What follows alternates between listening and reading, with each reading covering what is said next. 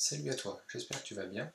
Aujourd'hui, je voulais partager avec toi une méthode, une technique pour ajouter des tests unitaires sur du code déjà existant. Dans mes deux premières vidéos, j'ai réalisé des katas où on écrivait tout le code, que ce soit les tests unitaires en premier et ensuite le code de production. D'ailleurs, si tu n'as pas vu mes deux premières vidéos, je te mets un petit i d'information quelque part avec les liens pour aller les voir directement. Pour cet exercice, nous allons avoir du code déjà existant, très simple, mais qui va nous permettre de mettre en place nos tests unitaires. Ce code ne représente bien évidemment pas la complexité du code que tu retrouves dans tes projets, mais ça va nous permettre un petit peu de voir donc cette méthode. Avant de te montrer tout ça sur mon écran, si tu aimes le développement web, le code, n'hésite pas à t'abonner à ma chaîne YouTube en cliquant sur le bouton abonner juste en dessous et à cliquer sur la petite cloche à côté pour recevoir les notifications. Voici donc sur la droite de l'écran la classe à laquelle on doit rajouter des tests. Donc c'est la classe Alarm, donc elle représente un système de supervision de pression des pneus. Donc elle a une méthode check qui va vérifier à chaque fois qu'on va l'appeler, qui va vérifier la pression des pneus à travers un capteur, donc qui est représenté ici par l'attribut sensor. Donc on voit dans le constructeur qu'il y a un new sensor. Et à chaque fois qu'elle récupère une valeur de ce capteur, elle va la comparer à deux seuils, haut et bas. Et si la valeur n'est pas entre ces seuils, elle va déclencher une alarme. Le but ici va donc être d'écrire des tests unitaires afin ensuite de pouvoir refactoriser notre classe alarme afin de la rendre moins directement dépendante, moins couplée à notre classe sensor. On ne fera donc aucune modification manuelle dans la classe sensor avant d'avoir notre batterie de tests unitaires. Les seules modifications autorisées seront des modifications automatiques proposées via des fonctionnalités de notre IDE. Donc on va écrire notre premier test qui va être tout simplement de vérifier que l'alarme est bien off quand on construit l'objet alarme.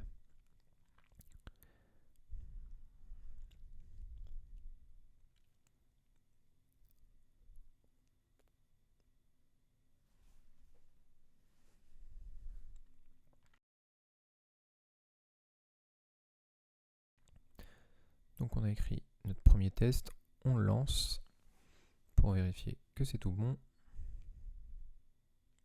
Il est vert, on va pouvoir passer à notre deuxième test. Donc pour notre deuxième test, on va tester que l'alarme est activée quand la pression est trop basse. Le problème avec ça, c'est qu'on voit dans notre classe alarme à droite que on est dépendant du capteur, du sensor, sur lequel on n'a aucun moyen de contrôle. Donc ce qu'on va faire, c'est qu'on va extraire l'appel à cette méthode dans une méthode protégée.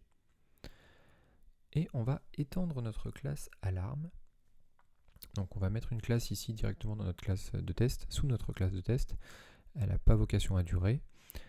Et donc dans cette classe à la testable alarm, on va surcharger la méthode popNextPressurePSIValue qu'on vient de créer.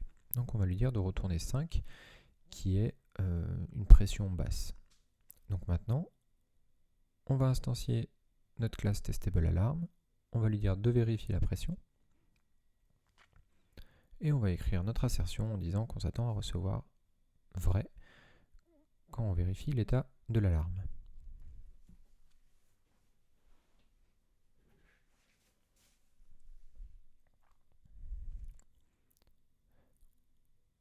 Notre test est bon. Donc maintenant on va passer à un troisième test qui va être de tester que l'alarme est bien activée quand la pression est haute.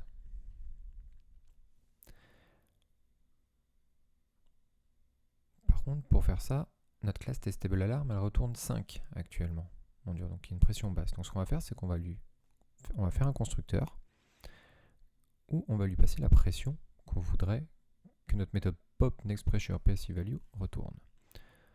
Donc là, dans notre test sur la pression basse, on va lui passer 5. Et ici, on va lui dire de retourner la pression. Donc on relance notre test avant, c'est bon, il nous dit qu'il y a un test qui est vide. C'est normal, on va l'écrire.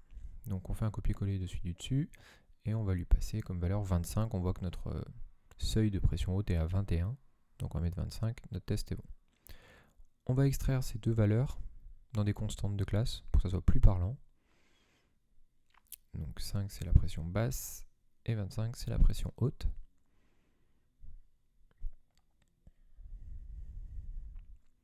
Et on va écrire notre dernier test qui va être de vérifier que l'alarme est off quand la pression est basse. Quand la pression est normale, pardon.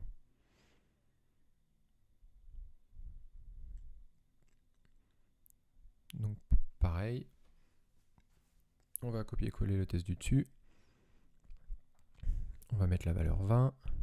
On va s'attendre à recevoir donc false. Et on relance notre test. Il est rouge.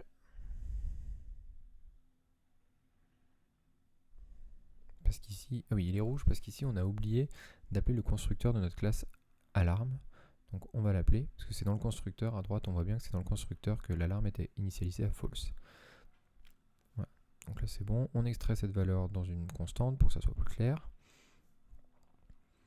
Et maintenant on a couvert, on pense tous les cas, donc on va pouvoir maintenant extraire la création du capteur de la classe sensor, le new, et on va le passer en paramètre du constructeur. Pour éviter de tout casser tout de suite, parce que si on fait ça, on risque de casser tous les clients en fait, qui vont appeler cette classe-là, on va le mettre en paramètre facultatif, c'est-à-dire que si on lui passe une classe sensor, on la prend, sinon on la construit. Voilà, en faisant ça, on voit bien que nos tests sont toujours OK, et maintenant on va commencer à faire des mocks. Alors qu'est-ce qu'un mock? Un mock, c'est un objet, une genre de coquille vide, qui va nous permettre de reproduire le comportement d'un vrai objet. Donc dans notre cas ici, pour la classe sensor, on va créer un mock parce que l'objet sensor actuel retourne des valeurs complètement aléatoires, et ce qui fait que nos tests risquent d'échouer une fois sur deux, parce que les valeurs ne seront pas cohérentes avec le test demandé. Le mock, lui, à chaque fois, on va lui dire, quand on te demande la valeur de la pression, retourne telle valeur. Et donc ce mock va être injecté dans notre classe, ce qui va nous permettre de tester. Donc on a fait un mock, là c'est bon, on passe au suivant. Donc on crée un mock, sauf que pour ce test-là, on a besoin de dire que notre mock va nous retourner la valeur low pressure, la constante low pressure, quand on appelle sur ce mock la méthode pop next pressure PSI value. Et on va remplacer la construction de notre objet testable alarm par la vraie instance alarme, car maintenant on peut lui passer une classe, un objet capteur, sensor. Voilà, donc on modifie nos tests, on relance. C'est tout bon, nos tests sont valides.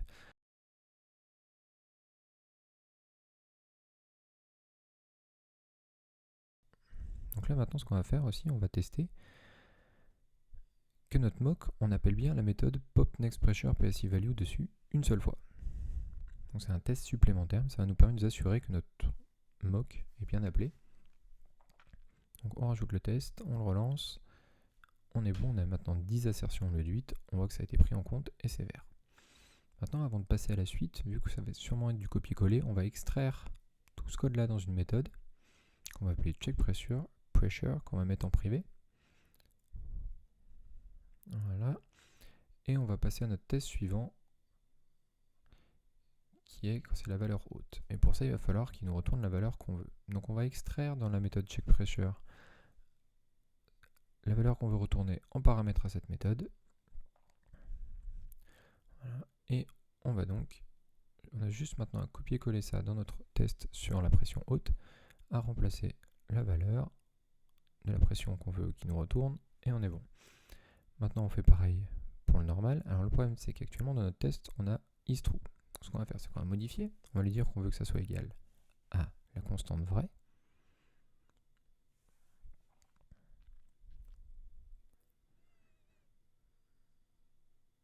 Donc là on n'a rien cassé, on va extraire ça dans un paramètre qu'on va appeler expected, c'est-à-dire que c'est la valeur attendue. Ah oui non, auparavant on passe ça dans une constante alarm on et on va l'extraire dans le paramètre expected. Voilà. On a extrait ça, on voit que nos deux méthodes au-dessus, les appels ont été modifiés. Maintenant, ici, on modifie, on met alarm off. Ah, sauf que notre constante alarm off n'existe pas, donc on va la créer.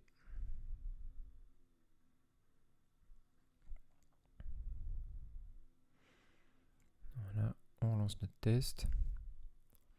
Ah, il est en erreur. Ah bah oui, on a oublié de modifier ici. On passe normal pressure. Notre test est vert. Donc là, on n'utilise plus notre classe testable_alarm qui nous a servi juste à faire la transition. Donc on va pouvoir supprimer cette classe-là et relancer nos tests.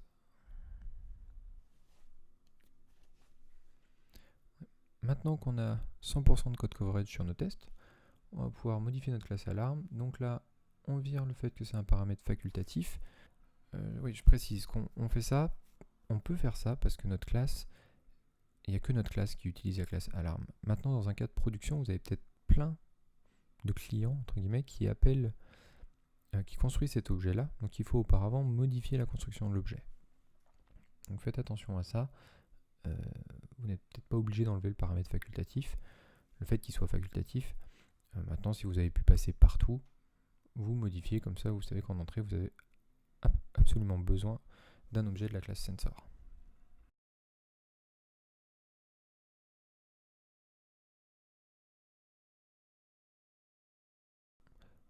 Là on est pas mal, maintenant on va regarder un peu, donc notre test là, on va aligner tout ça. Donc pour notre classe de test, elle est bien, et notre classe à droite, là il y a ce gros test ici là, qui n'est pas très parlant, donc on va l'extraire dans une méthode